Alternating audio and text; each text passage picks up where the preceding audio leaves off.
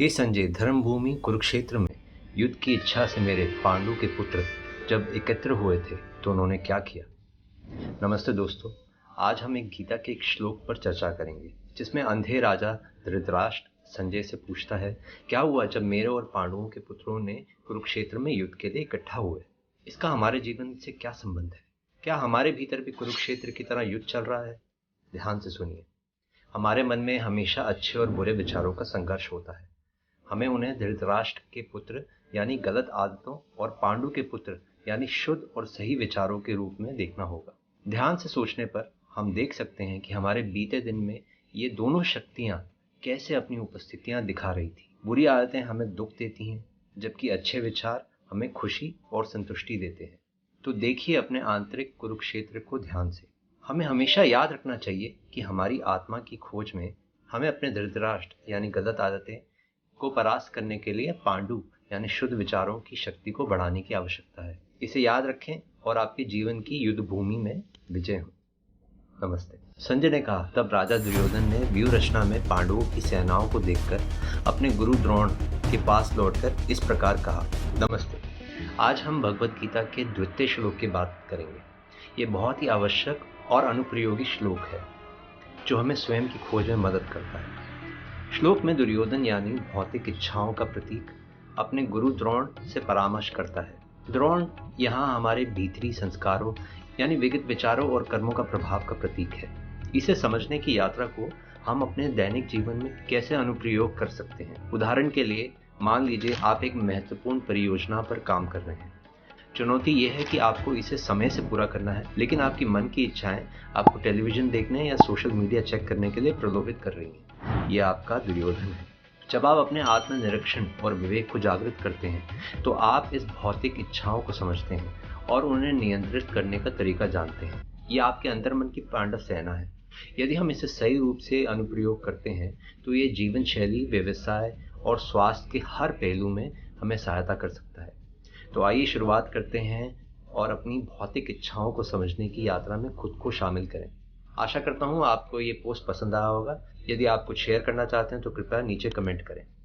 नमस्ते। हे गुरु, आपकी नज़रें उस शानदार सेना पर डालिए जिसे आपके स्वयं के शिष्य द्रुपद के पुत्र ने युद्ध भूमि में व्यवस्थित किया है। ये पांडव वह सूक्ष्म बल है जो हमारी रीढ़ की हड्डी की केंद्रीय नाड़ियों में विराजमान है और युद्ध की घटना का बेसब्री से इंतजार कर रहे हैं। द्रोणाचार्य वह हमारी पुरानी आदतें हैं जो हमारे कर्मों को नियंत्रित करती हैं, अच्छे या बुरे, और द्रुपद का पुत्र वह हमारी अंतरात्मा की जागृति का प्रतीक है। द्रोण और द्रुपद की कथा हमें ये सिखाती है कि कैसे हमारी आदतें और आत्मज्ञान हमारे जीवन को आकार देते हैं। जब हम आत्मज्ञान की ओर बढ़ते हैं तो हमारी पुरानी आदतें हमें रोकने का प्रयास करती हैं, लेकिन जब हम आत्म संयम और आध्यात्मिक साधना में दृढ़ता से जुड़े रहते हैं, हमें द्रुपद का पुत्र मिलता है जो हमें आत्म जागृति की दिशा में मार्गदर्शन करता है। हम सभी की जिंदगी का यही संघर्ष है, पुरानी आदतें और नई जागृति के बीच। लेकिन जब हम आत्मज्ञान की ओर कदम बढ़ाते हैं तो हम अपनी आदतों को पार कर पाते हैं और एक नई दृष्टि प्राप्त करते हैं। महाभारत की ये कहानी हमें यही सिखाती है कि हम सभी के अंदर एक योद्धा है जो सत्य की खोज में लगा है। तो चलिए अपने आंतरिक योद्धा को जागृत करें और अपनी आत्मा की सच्चाई की खोज में निकलें। नमस्ते। भीम और अर्जुन जैसे कुशल धनुर्धर, शक्तिशाली धृष्टकेतु, चेकितान और काशीराज और कुंती भोज, सुभद्रा का पुत्र और द्रौपदी के पुत्र, हमने ये नाम सुने हैं महाभारत की अद्भुत कथाओं में छिपे योद्धाओं के नाम। लेकिन क्या आपने कभी सोचा है कि ये नाम आपकी रोजमर्रा की जिंदगी में आपको कैसे मार्गदर्शन कर सकते हैं? आओ एक नई दृष्टि से इन नामों को देखते हैं। ये वो अद्वितीय गुण हैं जो हमें अपने अंदर की खोज में साहस और बल देते हैं। जैसे कि भीम, हमारी इच्छाओं को नियंत्रित करने की क्षमता। क्या आपने कभी सोचा है कि भोजन, नींद, काम करने के समय आप भीम बन सकते हैं? अगर हम इन मूलभूत इच्छाओं को संतुलित रखें, हमारी आत्मिक उन्नति बढ़ सकती है। धृष्टकेतु हमारे मानसिक प्रतिरोध क्षमता का प्रतीक है। सोचिए कितनी बार हम अस्थिरता, निराशा और विफलताओं से गुजरते हैं। इस समय हमें दृष्टिकेतु की भूमिका निभानी चाहिए। मन को संयमित रखना सीखें और सकारात्मक सोच को बनाए रखें। सुभद्रा का पुत्र हमारे आत्म नियंत्रण का प्रतीक है। जब हम किसी चुनौती से गुजर रहे होते हैं, हमें सुभद्रा का पुत्र बनना चाहिए। अपनी भावनाओं और प्रतिक्रियाओं पर नियंत्रण रखना सीखें और स्थिरता और धैर्य के साथ काम करें। इन योद्धाओं की शक्तियों को अपने जीवन में लाकर हम हर दिन अपने आत्मज्ञान के पथ पर अग्रसर हो सकते हैं। ये हमारे जीवन यात्रा को एक अद्वितीय आत्म खोज बना सकते हैं। तो चलिए हम सभी अपने आत्मज्ञान की योद्धाओं की पहचान करें और अब आध्यात्मिक यात्रा को एक नया अध्याय दें। आपकी जीवन यात्रा के हर पड़ाव पर इन योद्धाओं की शक्ति को अपनाने का स्मरण रखें। हम सबकी अंतरात्मा के योद्धाओं के साथ संपूर्ण ब्रह्मांड का यथार्थ स्वरूप समझने की यात्रा में हम अपने आत्मज्ञान को एक नया अर्थ देंगे। नमस्ते।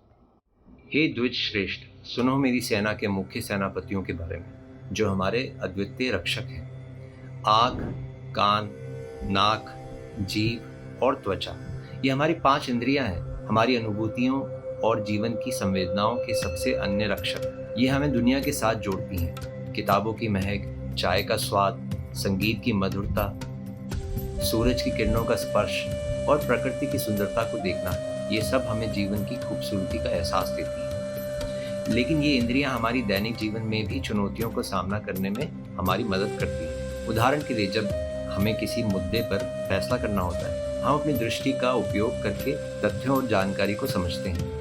हम अपनी श्रवण क्षमता का उपयोग करके दूसरों की राय सुनते हैं। हमें हमारी इंद्रियों को समझने और उनका सही उपयोग करने की आवश्यकता है। जैसे ही हम इसे समझते हैं, हमारी आत्मिक यात्रा अधिक सुचारू होती है और हमें अपने जीवन के हर पहलू में संतुलन मिलता है। तो हे द्विज श्रेष्ठ, अपनी इंद्रियों के सेनापतियों का सम्मान करें, उन्हें बेहतर तरीके से समझें और अपने जीवन की यात्रा में उनको सही उपयोग करें। यही है आत्मज्ञान की यात्रा की सच्ची शुरुआत।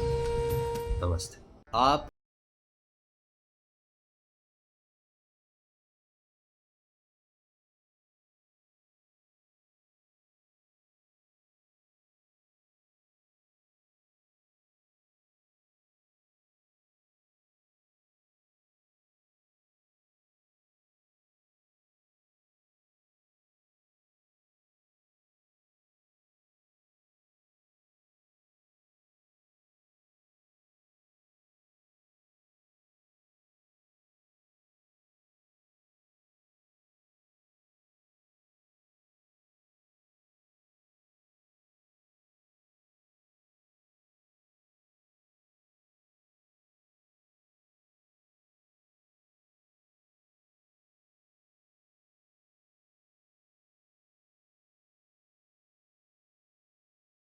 यही है आत्मज्ञान की सच्ची यात्रा। नमस्ते।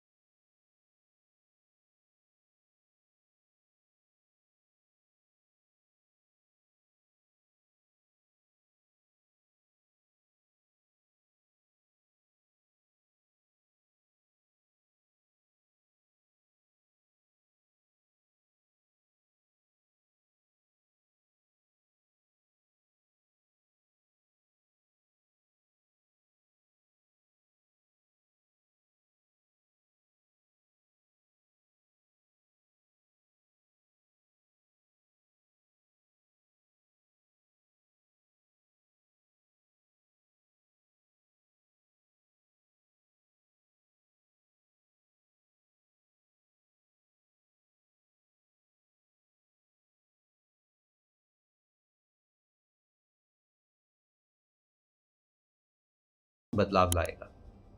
नमस्ते। क्या आपने कभी सोचा है कि हमारे मन की इच्छाएं और इंद्रियां आकर्षण की सेनाओं जो असीमित हैं, हमें उन्हें जीतने के लिए क्यों प्रेरित करती हैं? ये सेनाएं हमारी आत्मा की चेतना को विभ्रांत नित्य आनंद स्वरूप से शरीर संबंधी स्थितियों में बांधने का प्रयास करती हैं। हम जीवन में आनंद और शांति की तलाश में होते हैं, लेकिन अक्सर इसके बावजूद हम अपने आत्मिक सत्य को भूल जाते हैं। योग और मेडिटेशन का अभ्यास करने में हम अपनी आत्मा को उसके सच्चे आत्म स्वरूप में जागृत कर सकते हैं। हमारा सच्चा धर्म आत्मा की शुद्धता को जीना है और हमें इसे खोजना चाहिए। मैं आपको एक कहानी सुनाना चाहता हूँ, एक धनी युवा राजकुमार की कहानी जो गलती से एक निम्न तल इलाके का बंदी बन गया। वह वहाँ इतने लंबे समय तक रहा कि उसे लगने लगा कि वह गरीब और दुखी है। जब वह अपने महल वापस लौटा, उसने तब जाकर समझा कि वह कभी गरीब नहीं था। वह जो गरीबी महसूस कर रहा था वह सिर्फ उसकी कल्पना थी। हमारे साथ भी ऐसा ही होता है। हम अपनी आत्मा की पहचान भूल जाते हैं और अपने आप को शरीर के साथ पहचानने लगते हैं। लेकिन ध्यान के माध्यम से हम इस दिवा स्वप्न को तोड़ सकते हैं और अपने आप को शुद्ध आत्मा के रूप में पहचान सकते हैं। ध्यान का अभ्यास हमारी अंतर्यामी सत्य की ओर ले जाता है।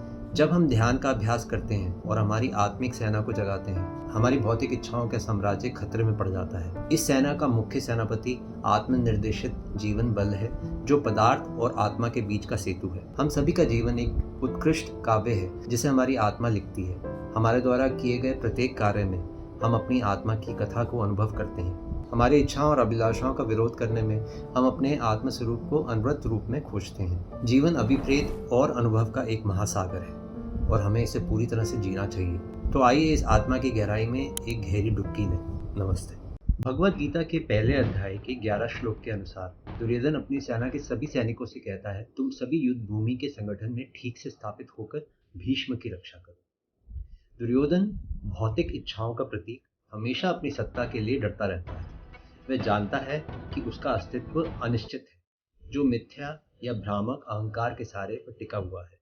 यदि अहंकार एक बार ध्यान के सैनिकों के हाथों पूरी तरह हार जाए, तो आत्मा अपनी संपूर्ण स्थिति को याद करेगी और फिर इच्छा और भ्रम की सेनाओं का संपूर्ण नाश करेगी। अहंकार भ्रामक प्रभाव व्यक्त करने और आत्मा के सैनिकों को हराने में इतना शक्तिशाली होता है कि दुर्योधन अपने सम्मानित गुरु द्रोण को भी आदेश देता है कि वह अहंकार की रक्षा में खुद को स्थापित करे।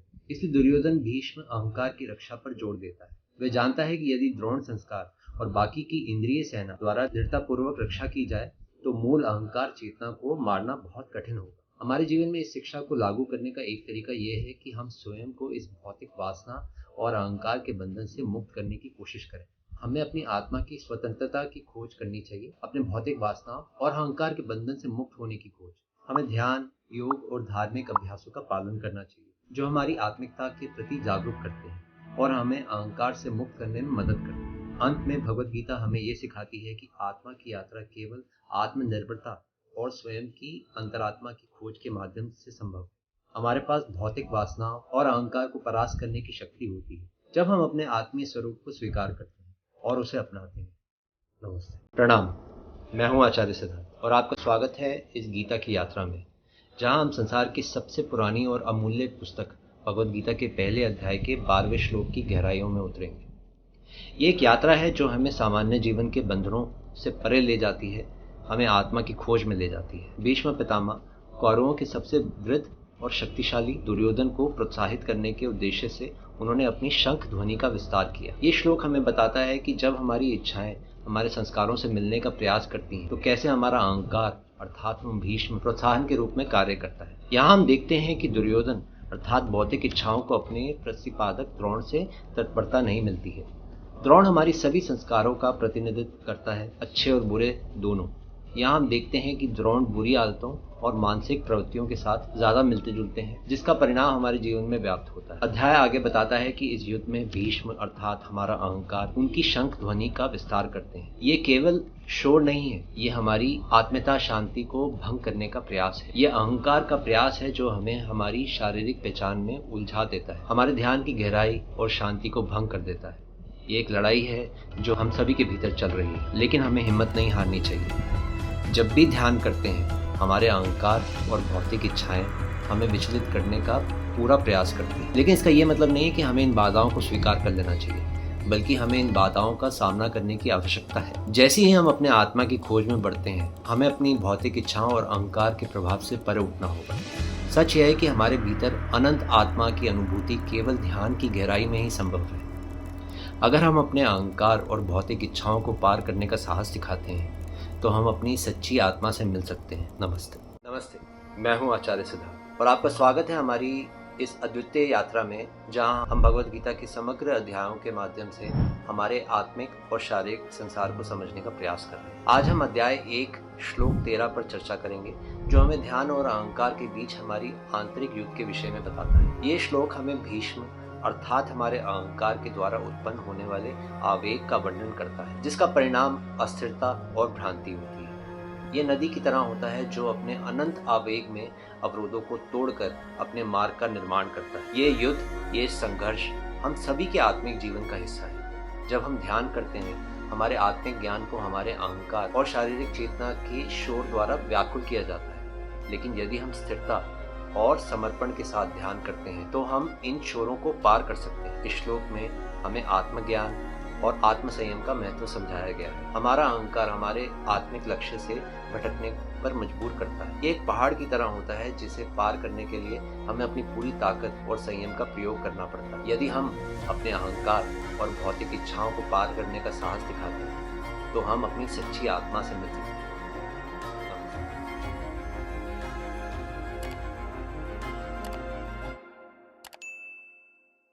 बहुत समय पहले की बात है, महाभारत की रणभूमि में, जहाँ धरती और आकाश की सीमा मिट गई थी। वहाँ एक विशेष घड़ी थी जब माधव, कृष्ण और पांडव अर्जुन अपनी श्वेत अश्वों की जुड़ी शानदार रथ में बैठे थे और उन्होंने अपनी दिव्य शंखों को गर्जना सुनाई। इस क्षण का वर्णन करना आसान नहीं है, क्योंकि यह केवल एक युद्ध का आरंभ नहीं था, बल्कि एक आत्मिक यात्रा की शुरुआत थी। अर्जुन ध्यान की रथ में बैठे भ्रू के बीच कुटस्थ केंद्र पर ध्यान केंद्रित करते हुए आत्मा की ज्योति को देखते हैं और प्रणव सृजनशील ओम वारिणी की विभिन्न प्रमाणीय ध्वनियों को सुनते हैं। ये ध्वनि, ओम का नाद, सभी ध्वनियों की माता है। ये ईश्वर से निकलती है और सभी पदार्थों का जन्माता और तत्व है। इस पवित्र वारिणी का ध्यान करना सभी सृजन की वास्तविक आत्मा सार को समझने का मार्ग है। देखो, आत्मा के विकास के सभी दिशाओं में दौड़ते श्वेत प्रकाश के घोड़ों से खींचे जा रहे ध्यान के रथ को इस श्लोक में कृष्ण को माधव कहा गया है, जो प्रकृति का पति है और जो दर्शक को ब्राह्मणीय चेतना तक पहुंचाने का एकमात्र द्वार है। मित्रों, गीता का ये श्लोक हमें ये सिखाता है कि हमारी आत्मा की खोज में जब हम ध्यान की गहराई में जाते हैं तो हमें अपनी अंतरात्मा की ज्योति और ओम की ध्वनि को अनुभव कर सकते हैं। आइए हम भी इस अद्वितीय यात्रा में शामिल हो और अपनी आत्मा की खोज में निकलें। आइए हम भी जीवन के रथ को ध्यान की ओर ले जाएं और अपनी अंतरात्मा के साथ जुड़ जाएं। आप भी इस अद्वितीय यात्रा का हिस्सा बन सकते हैं और मेरे साथ जुड़ सकते हैं। आइए हम सभी मिलकर इस ज्ञान का अनुसरण करें और अपने जीवन को एक नई दिशा दें। नमस्ते।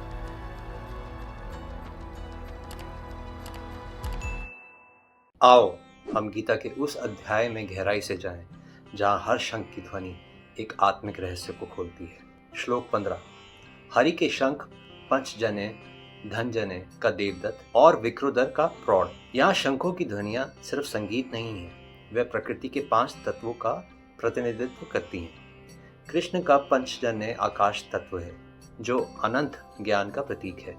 अर्जुन का देवदत्त वायु तत्व है, जो चेतना की उड़ान का संकेत है। भीम का प्रौढ़ अग्नि तत्व है और ऊर्जा और शक्ति का प्रतीक है। शंख की गूंज से निकलती है जीवन की राह, जो दिखाती है धरती और आकाश की सारी बात। श्लोक 16।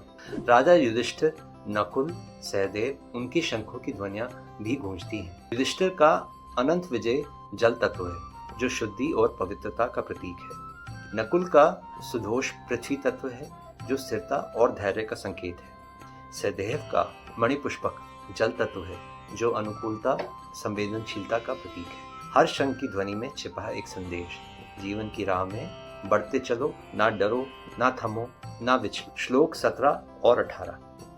काशी का राजा शिखंडी, धृष्टद्युम्न, विराट, सत्यकी, द्रुपद, द्रौपदी के पुत्र, सुभद्रा का पुत्र, सभी ने अपनी शंखों को बजाया। इन शंखों की ध्वनियां आत्मा की यात्रा के विभिन्न चरणों को दर्शाती हैं। वे समर्पण, वीरता, न्याय, सत्य, प्रेम और अन्यता के प्रतीक है। शंखों की गूंज से निकलती है आत्मा की पहचान, जो दिखाती है हमें अपनी असली ताकत और अपनी असली जान।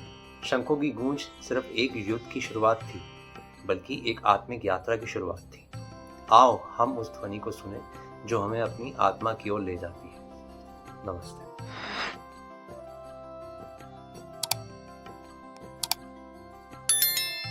भगवद गीता एक प्राचीन भारतीय ग्रंथ है जो आध्यात्मिक और दार्शनिक ज्ञान से भरपूर है। यह ग्रंथ भगवान कृष्ण और उनके शिष्य अर्जुन के बीच में एक संवाद के रूप में है।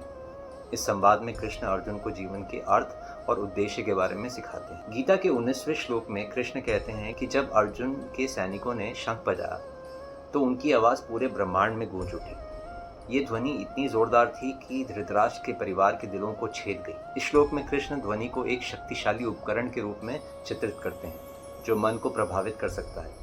जब अर्जुन के सैनिकों ने शंख बजाया तो उनकी आवाज ने धृतराष्ट्र के परिवार के मन को भय से भर दिया। ये इसलिए है कि ध्वनि मन को प्रभावित करने वाली एक बहुत ही शक्तिशाली ऊर्जा है। इस श्लोक में हमें एक सीख मिलती है कि यदि हम अपने जीवन में सकारात्मक परिवर्तन चाहते हैं तो हमें सकारात्मक ध्वनियों के साथ संपर्क में रहना चाहिए। हम ऐसा कर सकते हैं ध्यान के माध्यम से, संगीत सुनने के माध्यम से या प्रकृति में समय बिताने के माध्यम से। आइए गीता को न सिर्फ सुने या पढ़ें बल्कि अपने जीवन में उतारें। नमस्ते।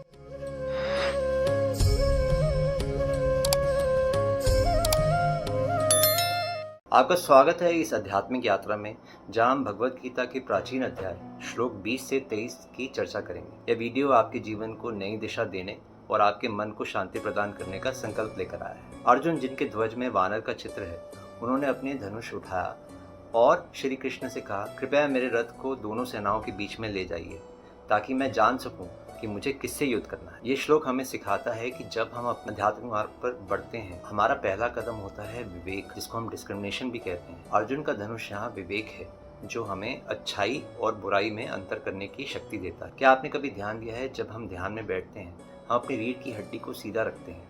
ये क्यों? क्योंकि ये हमारे आध्यात्मिक धनुष को सक्रिय करता है जो हमें इंद्रियों के प्रभाव से मुक्त करता है। अर्जुन के ध्वज में वानर का चित्र क्यों है? ये वानर हमारे मन की चंचल विचारों को दर्शाता है। जब हम खेचरी मुद्रा और गुरु दीक्षित योगा अभ्यास से अपने मन को शांत करते हैं, हम अपने वानर ध्वज को ऊंचा करते हैं। अर्जुन ने कृष्ण से मदद मांगी जो यहाँ अंतरात्मा या इनर सेल्फ को रिप्रेजेंट करते हैं। जब हम अपने आध्यात्मिक यात्रा में अटक जाते हैं, हमें अपनी अंतरात्मा से जुड़ना चाहिए जो हमें सही दिशा में ले जाती है। अर्जुन के लिए कुरुक्षेत्र केवल एक भौतिक रणभूमि नहीं है, ये एक मन का युद्ध स्थल भी है। यहाँ हमें अपने नेगेटिव और पॉजिटिव विचार, इच्छाओं और भावनाओं को अच्छे से देखना होता है। जब हम अपने आध्यात्मिक धनुष को पूरे तन मन से इस्तेमाल करते हैं, हम समाधि या अल्टीमेट ब्लिस की स्थिति तक पहुँचते हैं। ये वो स्थिति है जहाँ हमारा मन, आत्मा और भगवान एक हो जाते हैं। तो मित्रों, भगवत गीता के इस अध्याय से हमें ये शिक्षा मिलती है कि आध्यात्मिक यात्रा एक युद्ध है और इस युद्ध को जीतने के लिए हमें अपने विवेक धनुष को मजबूती से पकड़ना होगा। आशा करता हूँ कि आपको ये वीडियो पसंद आया होगा। अगर आपको टैरो रीडिंग्स या आध्यात्मिक मार्गदर्शन की आवश्यकता है तो मेरे इंस्टाग्राम और यूट्यूब चैनल पर संपर्क करें। नमस्ते।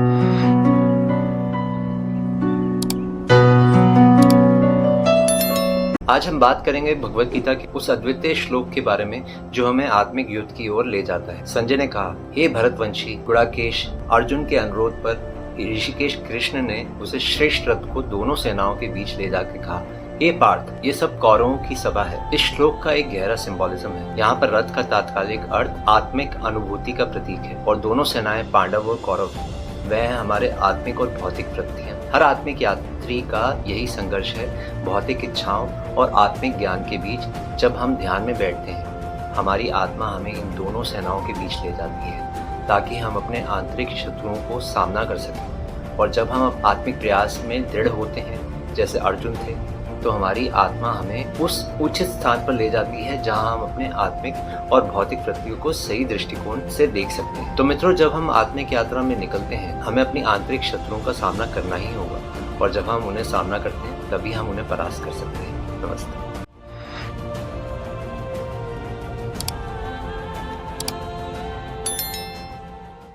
आज हम भगवत गीता के पहले अध्याय 26वें श्लोक की गहराई में उतरेंगे।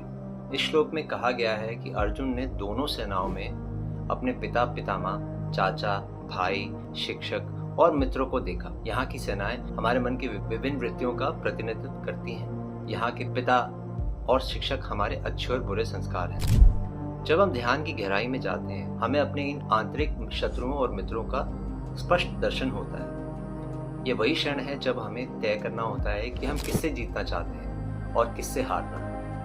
ध्यान ही वह उपकरण है जो हमें इस आंतरिक युद्ध में मदद करता है। ध्यान के माध्यम से ही हमें अपनी आत्मिक और अपनी भौतिक वृत्तियों को समझ सकते हैं और उन पर नियंत्रण पा सकते हैं। तो मित्रों, इन श्लोकों का संदेश ये है कि जब हम अपनी आत्मिक यात्रा में निकलते हैं, हमें अपने आंतरिक शत्रुओं और मित्रों का सामना करना ही होगा, और जब हम उनका सामना करते हैं तभी हम उन्हें परास्त कर सकते हैं।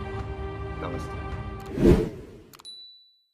कुरुक्षेत्र के महान रंगमंच पर, जहाँ जीवन और मृत्यु का ब्रह्मांडीय नृत्य हो रहा है, कुंती के वीर पुत्र अर्जुन भावात्मक उलझन में फंसे हुए हैं। ये श्लोक हम सबके आत्मिक यात्रा में आंतरिक संघर्ष का एक दर्पण है। अर्जुन एक समर्पित खोजकर्ता का प्रतीक, दो प्रकृतियों में फंसे हुए हैं। उनकी पुरुष प्रकृति जो उग्र आत्मनियंत्रण और तार्किकता का प्रतीक है, उनकी स्त्री प्रकृति प्रेम, सहानुभूति और भावना के एक भंडार से टकरा रही है। कुंती के पुत्र के रूप में संदर्भित होना अर्जुन की मानव सीमाओं की मायने में एक याददाश्त है। कुंती जो आत्मिक ऊर्जा को आकर्षित करने की शक्ति का प्रतीक है, उनकी उच्च प्रकृति के लिए एक बीकन है। अर्जुन के सामने जो शत्रु हैं, वह केवल भारी नहीं है, वह मानसिक रिश्तेदार हैं, जो आदतें, प्रवृत्तियां और इच्छाएं हैं जो उनके साथ कहीं जन्मों तक रहेंगी। ये वही पारिवारिक बंध है जो उन्हें जन्म और मृत्यु के चक्र में बांधे रखता है। इस प्रकार भगवत गीता का ये श्लोक हमें ये सिखाता है कि आत्मिक उत्कृष्टता की ओर अग्रसर होते समय हमें अपने आप में संतुलन स्थापित करना है। ये एक ऐतिहासिक और आत्मिक संदेश है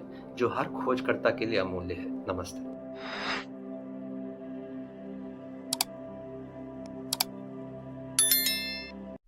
हे कृष्ण, युद्ध की इच्छा से मिले मेरे रिश्तेदारों को देखकर मेरे शरीर के अंग ढीले पड़ रहे हैं, मेरा मुंह सूख रहा है। इस श्लोक में अर्जुन की आत्मिक और मानसिक दशा का चित्रण है। जब भक्त आत्मिक पथ पर कुछ दूर जाते हैं, उनका आरंभिक उत्साह धीरे धीरे कम होता है, उनकी इच्छा शक्ति के अंग ढीले पड़ने लगते हैं और उनकी आत्मिक सूझबूझ का मुंह सूखने लगता है।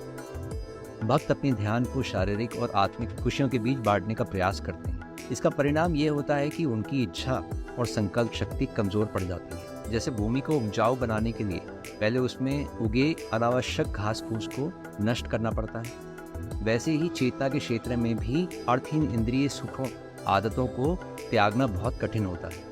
इस अस्थिर दशा में भक्त को अपने संदेह और निराशा को त्याग कर विश्वास रखना होगा कि जब चेतना के क्षेत्र को गहरे ध्यान के बीजों से अच्छी तरह से बोया जाएगा, तो वह अनंत खुशी के फल उत्पन्न करने वाला ओमनी प्रेजेंस के रहस्यमय वृक्षों में बदल जाएंगे। इस प्रकार भगवत गीता के इन श्लोकों का संदेश है कि आत्मिक उत्कृष्टता की ओर जाते समय भक्त को अपने आप में एक संतुलन स्थापित करने की आवश्यकता है। ये एक ऐतिहासिक और आत्मिक संदेश है जो हर खोजकर्ता के लिए अमूल्य है। नमस्ते, मैं हूँ आचार्य सिद्धार्थ। आपका स्वागत करता हूँ इस विशेष रील में, जहाँ हम भगवत गीता के अध्याय 1 श्लोक 31 की गहनता में जाएंगे। अर्जुन ने भगवान श्री कृष्ण से कहा, हे कृष्ण, मुझे युद्ध में अपने स्वजनों को वध करके कोई भी सार्थक लाभ नहीं दिखाई देता। मुझे ना तो विजय की, ना राज्य की और ना ही भोगों की इच्छा है।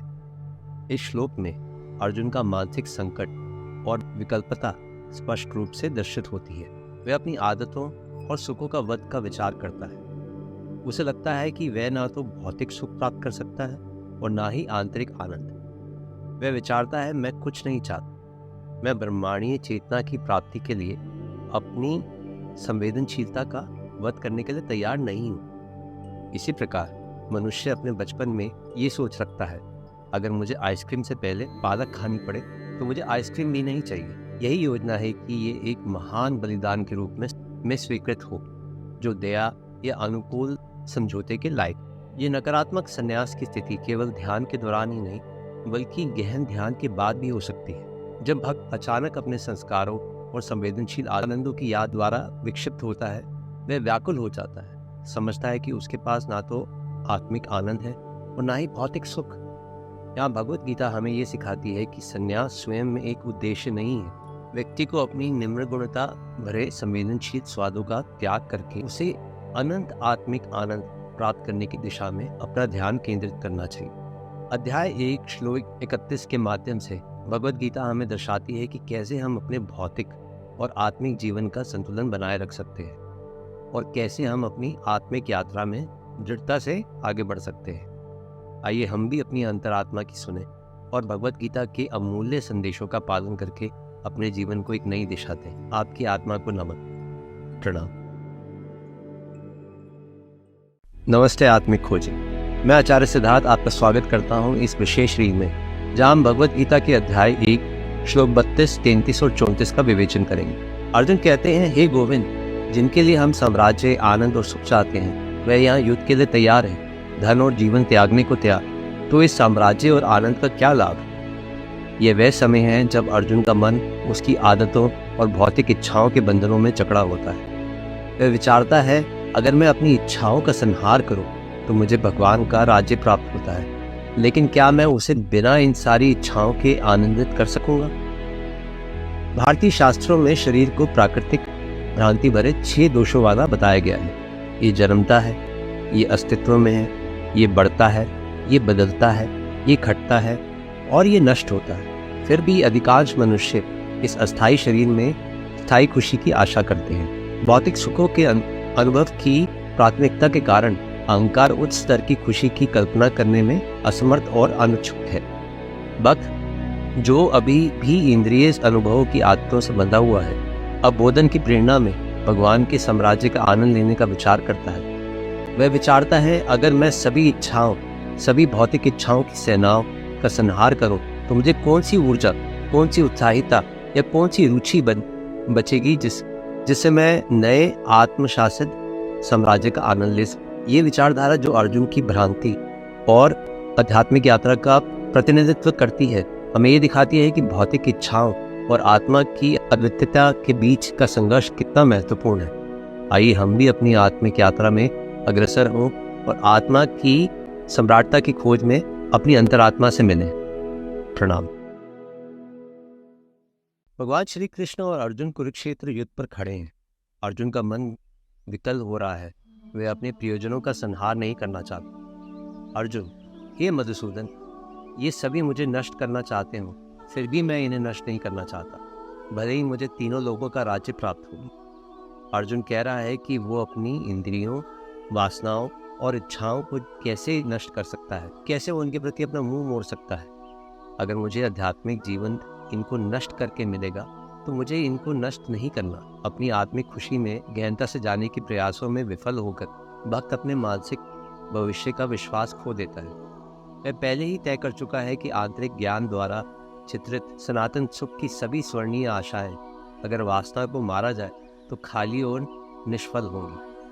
अब उसकी अवचेतना, आदतों का प्रेम उसकी विवेकशीलता को और भी गहन संदेह में ले जाता है। इस श्लोक में अर्जुन देख सकता है कि उसको अपनी आत्मा की खोज में अपने क्षणिक सुखों से ऊपर उठना होगा और आत्मा के स्थायी सुख में स्थापित होना है। वह धीरे से मुस्कुराता है और वह जानता है कि अब वह अपने आत्मिक यात्रा में एक नई शुरुआत कर रहा है। अर्जुन के वचनों में हमें ये सीखने को मिलता है कि वास्तविक साधना वही है जो हमें अंतरात्मा की ओर मार्गदर्शन करे। आइए भगवत गीता के इस श्लोक के माध्यम से अपनी आध्यात्मिक यात्रा में एक नई शुरुआत करें।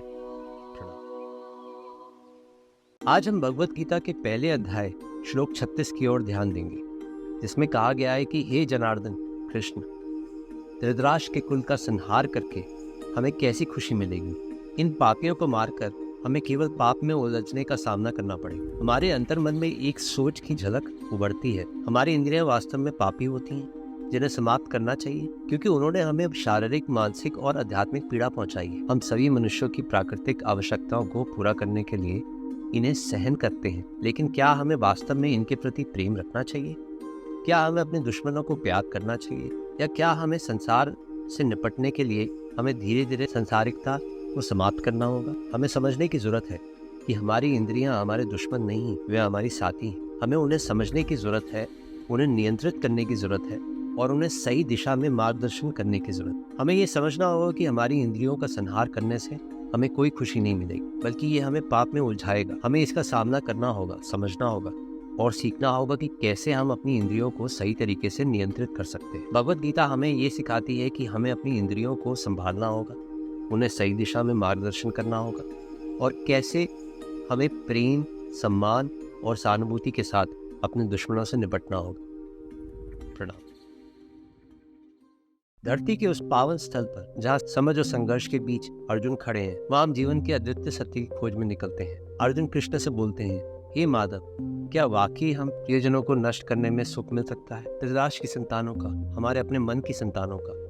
हे माधव कृष्ण, हमें कैसे सुख मिल सकता है? हमारे स्वजनों को मारकर। हमारी आदतें और विचार हमारे मन के विकसित बीज है। जब इन्हें त्यागते हैं, क्या हम वास्तव में उस मन को त्याग देते हैं जो हमें जीवन की असलियत में व्यक्त करता है? संसारी मनुष्य सत्य के हिसाब से नहीं, अपनी आदतों के हिसाब से तर्क करता है। जब भी लोगों को अपनी प्रिय आदतों का समर्थन करने की आवश्यकता होती है, तब उनमें अनेक प्रकार की मनोवृत्तियां प्रकट होती हैं। जब एक शाकाहारी और मांसाहारी में विवाद होता है, वह सिर्फ भोजन का नहीं बल्कि उनकी आदतों और विश्वासों का विवाद। यह गीता का श्लोक भक्तों के लिए एक महत्वपूर्ण नैतिक चेतावनी है, विशेषकर उनके लिए जो आध्यात्मिक पथ पर तेजी से आगे बढ़ रहे हैं। जब हम अच्छे आचरण का पालन करते हैं, हम अपने मित्र बनते हैं, और जब हम बुरे आचरण का पालन करते हैं, हम अपने शत्रु बनते हैं। इसलिए हमें हमेशा अपनी आदतों को समझदारी से विचार करना चाहिए।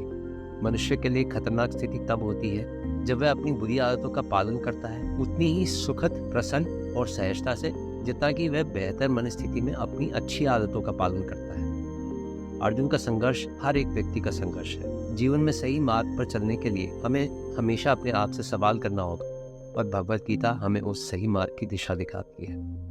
प्रणाम। आज हम बात करेंगे भगवत गीता के एक बहुत ही गहरे और प्रभावशाली श्लोक की, जिसमें कृष्ण अर्जुन को समझाने की कोशिश कर रहे हैं कि क्यों हमें अपनी बुद्धि सदैव विजयी ही बनाना चाहिए, अपनी इंद्रियों पर काबू रखना चाहिए। क्या आपने कभी सोचा है कि हमारी इंद्रियों के अधीन होना हमारे लिए कितना हानिकारक हो सकता है? क्या ये हमें नहीं समझना चाहिए कि परिवार के विनाश में कोई व्यथा नहीं है और मित्रों से दुश्मनी में कोई बुराई नहीं है? क्या हमें अपने पाप से बचने का प्रयास नहीं करना चाहिए? गीता के इस अध्याय में कृष्ण हमें समझाते हैं कि हमारी इंद्रियां जब तक उन्हें बुद्धि द्वारा नियंत्रित नहीं किया जाता, तब तक वह हमें बाहर की दुनिया में अपनी इच्छाओं की ओर ले जाती हैं। यही वजह है कि हम अपने परिवार के विनाश में कोई दुख नहीं देखते और अपने सच्चे मित्रों के प्रति दुश्मनी में कोई बुराई नहीं देखते। लेकिन हम जो बुद्धि से ये बुराई समझते हैं, क्या हमें इस पाप से बचना नहीं चाहिए? मित्रों, ये समझना बहुत जरूरी है कि हमारे अंदर की बुरी आदत और अच्छी आदत दोनों ही हमारी चेतना के सदस्य हैं। परंतु जब हम पूछते हैं क्यों ना मैं भौतिक और आध्यात्मिक सुख दोनों का आनंद उठाऊं, तो ये वैसे ही है जैसे हम एक हानिकारक पदार्थ और एक शक्तिप्रद औषधि जैसे बुद्धि एक साथ ले रहे हैं। अगर हम अपनी बुराइयों को नियंत्रित करने की कोशिश करते हैं और साथ ही ध्यान भी करते हैं, तो हमें कम से कम दोनों अनुभवों, भौतिक सुख और आध्यात्मिक सुख का तुलना करने में मौका मिलता है। जो लोग इंद्रिय सुख जीने में असफल रहते हैं और ध्यान छोड़ देते हैं, वे आध्यात्मिक पतन की एक असहाय स्थिति में गिर जाते हैं। यदि हम अपने आप को रोज ध्यान में रखेंगे और शांति और संतुष्टि की भावना को पालेंगे, धीरे धीरे हमें आध्यात्मिक मुक्ति की ओर अग्रसर होने का मौका मिलेगा। आखिर में हमें अपनी बुराइयों को पहचानकर उनसे दूर रहना चाहिए। हमें समझना चाहिए कि हमारी इंद्रियों के अधीन होना हमारी शांति को खत्म कर सकता है। हमें अपनी बुद्धि को सदैव विजय बनाना चाहिए, अपनी इंद्रियों पर काबू रखना चाहिए। याद रखिए, आपका सबसे बड़ा मित्र आपका ध्यान है। प्रणाम। आज हम बात करेंगे भगवद गीता के 2 श्लोक जो हमें धर्म और अधर्म के बारे में बताते हैं। श्लोक 40 कहता है कि जब परिवार का विनाश होता है, तब पुराने धार्मिक रीति रिवाज भी समाप्त हो जाते हैं। जब धर्म का समर्थन नष्ट हो जाता है, तो पाप पूरे परिवार पर हावी हो जाता है। और श्लोक 31 कहता है कि जब धर्म की कमी होती है, तो परिवार की महिलाएं भ्रष्ट हो जाती हैं। इसका परिणाम होता है वर्ण संकरता, यानी जातियों का मिश्रण। मित्रों, यहाँ परिवार से मेरा मतलब है हमारे अंदर के और बाहर की ज्ञान और व्यक्तिगत शक्तियाँ, जिनसे हम अपने आसपास की दुनिया को समझते हैं और उसके साथ इंटरेक्ट करते हैं। हमारी इंद्रियां देखने, सुनने, चखने, छूने, सूंघने की, बोलने की, और मन जो इन सबको एक साथ बांध के रखता है, ये सब हमारी शक्तियां हैं। मनस का काम होता है इंद्रियों को संयोजित करना। दोस्तों, गीता के इन 2 श्लोकों में धर्म से मेरा मतलब है धर्म या कर्तव्य। ये एक व्यापक शब्द है जो ब्रह्मांड और मनुष्य को संचालित करने वाले प्राकृतिक नियमों के लिए है। जब हम धर्म को समझते हैं और उसका पालन करने में सक्षम होते हैं, तो हम अपने जीवन को व्यक्तिगत शक्तियाँ, जिनसे हम अपने आसपास की दुनिया को समझते हैं और उसके साथ बातचीत करते हैं। इसलिए अपने धर्म का पालन करें, अपनी इंद्रियों को संयमित रखें और सही ज्ञान के साथ अपने जीवन को संचालित करें। यही है भगवद गीता का संदेश। प्रणाम। आज हम एक बहुत ही महत्वपूर्ण विषय पर चर्चा करेंगे, जो हमारे जीवन के सबसे महत्वपूर्ण पहलुओं में से एक है। ये विषय है संवेदनाओं और बुद्धि के बीच संघर्ष, और उसका परिणाम। श्लोक 42 कहता है, परिवार के रक्त के मिलन से परिवार को नष्ट करने वालों को, साथ ही परिवार को स्वयं को नरक की ओर भेजा जाता है। उनके पूर्वज जिन्हें चावल की पिंडी और पानी की आहुति से वंचित किया जाता है, अपमानित होते हैं। और श्लोक नंबर 43 बोलता है, परिवार के नष्टकर्ताओं के इन पापों से जो जातियों का मिश्रण पैदा करते हैं, जाति और कुल के समय पुराने धर्म कर्म नष्ट हो जाते हैं। यह परिवार का संदर्भ हमारी संवेदनाओं का परिवार है, और नरक मतलब हमारी अंतरात्मा में अकेलापन और अर्थहीनता। हमारी संवेदनाएं देखना, सुनना, महसूस करना, स्वाद लेना और सूंघना हमारी बुद्धि के साथ मिलकर हमें हमारे आसपास की दुनिया को समझने में मदद करती है। लेकिन क्या होता है जब हमारी संवेदनाएं हमें एक दिशा में खींचती हैं, जबकि हमारी बुद्धि हमें दूसरी दिशा में खींचती है? इसके परिणाम स्वरूप हमारी संवेदनाएं और बुद्धि के बीच संघर्ष होता है, जिससे हमारे अंतर्मन का परिवार, हमारी संवेदनाएं, हमारी बुद्धि, हमारी आत्मा नरक में पहुंचता है। लेकिन ये संघर्ष केवल तब तक होता है जब तक हमारी संवेदनाएं और बुद्धि को सही मार्गदर्शन नहीं मिलता, क्योंकि जब हमारी संवेदनाएं और बुद्धि सही मार्गदर्शन प्राप्त करती हैं तो वह सही दिशा में काम करने लगती हैं और हमारे अंतर्मन का परिवार फिर से स्वर्ग में पहुंचता है। तो मित्रों, आज का संदेश यही है कि हमें हमेशा अपनी संवेदना और बुद्धि को सही मार्गदर्शन प्राप्त करने के लिए प्रयास करना चाहिए, ताकि हमारे जीवन का परिवार, हमारी संवेदनाएं, हमारी बुद्धि, हमारी आत्मा स्वर्ग में रह सके। इसे ध्यान में रखना और अपने जीवन को एक बेहतर जीवन बनाने के लिए इसका उपयोग करना। प्रणाम। आज हम भगवत गीता के कुछ विशेष श्लोकों की चर्चा करेंगे जो हमें दिखाते हैं कि अपनी इंद्रियों के साथ संबंध कैसे बनाया जाए। श्लोक नंबर 44-45 कहता है, हे जनार्दन, हमने सुना है कि जो लोग पारिवारिक धार्मिक क्रियाओं का पालन नहीं करते वे नरक में चले जाते, वहीं हम अपने स्वार्थ के लिए अपने ही परिवार का संहार करने को तैयार हैं। ये श्लोक हमें ये सिखाता है कि कभी कभी हम अपनी इंद्रियों की आदतों के गुलाम हो जाते हैं, हम वास्तविक खुशी खो देते हैं। श्लोक नंबर 46 कहता है, अगर धृतराष्ट्र के पुत्र मुझे युद्ध में हथियार डालकर मार देते हैं तो यह मुझे अधिक प्रिय और लाभकारी होगा। यहाँ योगी का विचार होता है कि क्या वास्तव में वह अपनी इंद्रियों के आनंद को त्याग कर आध्यात्मिकता की खोज में जाना चाहता है। वास्तविकता यह है कि जब हम अपनी इंद्रियों की अधिकता को स्वीकार करते हैं तो हम अपनी आत्मा की असली खुशी को खो देते हैं। वे वास्तव में हमें दुख और आशंकाएं ही प्रदान करते हैं। हमें अपनी इंद्रियों के साथ सही संबंध बनाने की आवश्यकता है। हमें उन्हें समझने, उन्हें नियंत्रित करने और उन्हें सही दिशा में मार्गदर्शन करने की आवश्यकता है। इसलिए अगली बार जब आप अपनी इंद्रियों की मांगों का सामना करें तो थोड़ी सी संवेदनशीलता और समझ दिखाएं। हमें हमेशा संतुलित रहना है संवेदना और बुद्धि के बीच। हमें समझना है कि हमारा परमार्थिक सुख हमारे अंतर्मन में ही स्थित है, ना कि भारी सुविधाओं में। प्रणाम। संजय ने कहा, अर्जुन युद्ध भूमि पर ऐसा कहकर उसका मन शोक से भरा हुआ, उन्होंने अपने धनुष और बाणों को फेंक दिया और अपनी रथ पर बैठ गए। अर्जुन यह आत्मनियंत्रण, अपने ध्यान का धनुष और अज्ञानता को भेदने वाले बाणों को छोड़कर मनोब्रह्मांडीय युद्ध के मध्य में स्थिर होता है, हालांकि सहज समझ के रथ को वास्तव में नहीं छोड़ता। हमें कई बार देखने को मिलता है कि जब तक भक्त के पास अपने संदेहों को शांत करने की पर्याप्त आध्यात्मिक शक्ति नहीं होती, वह खुद को युद्ध के लिए अयोग्य महसूस करता है। शोक से भरे हुए और अपने देवीश अस्त्रों को छोड़कर वह स्वतंत्रता की एक किरण पर संतुलित होता है। रथ सहज समझ का प्रतीक है, जिसमें भक्त की विवेचना के बल से मनोब्रह्मांडीय युद्ध में सहभागी होता है। अगर भक्त प्रगति नहीं करते तो इसका कारण होता है कि वह स्वयं नियंत्रण के अस्त्रों को छोड़ देते हैं। एक निराशाजनक भक्त साधना पथ में महान सिद्धि प्राप्त नहीं कर पाने पर स्वयं अनुशासन को छोड़ देता है। वह ध्यान करने से मना करता है, अपने आध्यात्मिक गुरु से बचता है और आध्यात्मिक उदासीनता की मानसिक अंधकार में भटक जाता है। इस उदासीन मनोदशा को नियमित ध्यान और स्थिर विवेक द्वारा सुधारा जाना चाहिए। सब कुछ खोने से दूर है जब तक कि भक्त इस प्रकार से संघर्ष करता है कि वह स्वयं को दिव्य रथवाहक